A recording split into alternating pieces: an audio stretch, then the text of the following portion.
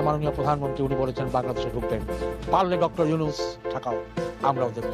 বঙ্গবন্ধু কন্যা আপনি বাংলাদেশে যাবেন, আমার বাসায় উঠবেন এবং আমার বাসা আপনার নামে আমি লিখে দেব। মুক্তিযুদ্ধ বঙ্গবন্ধু কি এই স্বাধীনতার সময়ও জাতির পিতার ৩২ নম্বরের বাসা কেউ ধরতেও সাহস পায় নাই, ৭৫-এ কেউ সাহস পায় নাই, পরে যতগুলি সংগ্রাম হয়েছে কেউ সাহস পায় নাই, কিন্তু এই ২৪শে আগস্ট মাসে বঙ্গবন্ধুকে শাহাদত করা হয়েছিল।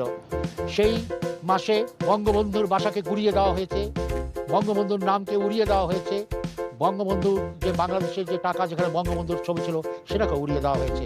আমি বলবো সবাই মুক্তিযোদ্ধারা, আমরা যারা দেশ স্বাধীন করেছি বঙ্গবন্ধুর নেতৃত্বে, আওয়ামী লীগের নেতৃবৃন্দ যারা বিদেশে আছেন, যুবলীগ, ছাত্রলীগ, শ্রমিক লীগ, মহিলা আওয়ামী লীগ, স্বেচ্ছাসেবক লীগ, কৃষক লীগ এক হয়ে আমাদেরকে আবার আরেকটি মুক্তিযুদ্ধ করে দেশকে পরাধীনতা থেকে স্বাধীন করতে।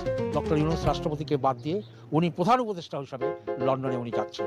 আমাদের সেনাবাহিনীকে অনুরোধ করব, মুক্তিযুদ্ধে আপনারা আমাদের সাথে ছিলেন এবং সেনাবাহিনী আপনাদেরকে আমি রিকোয়েস্ট করব, আপনারা ইউনূসের এইসব কাজের জন্যে এবং উপদেষ্টা কাজের জন্য আমি এখান থেকে রিকোয়েস্ট করব, আপনারা ইউনূসকে আপনারা গ্রেফতার করুন এবং তাকে বিচারের আওতায় আনুন।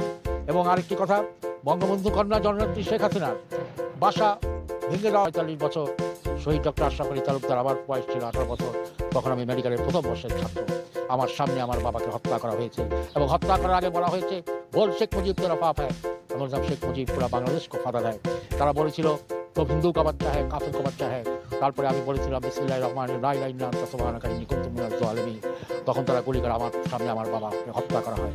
আমি ১৮টা গুলি থেকে বেঁচে আসি এবং মুক্তিযুদ্ধ জয়েন করি এবং জাতির পিতা আমাকে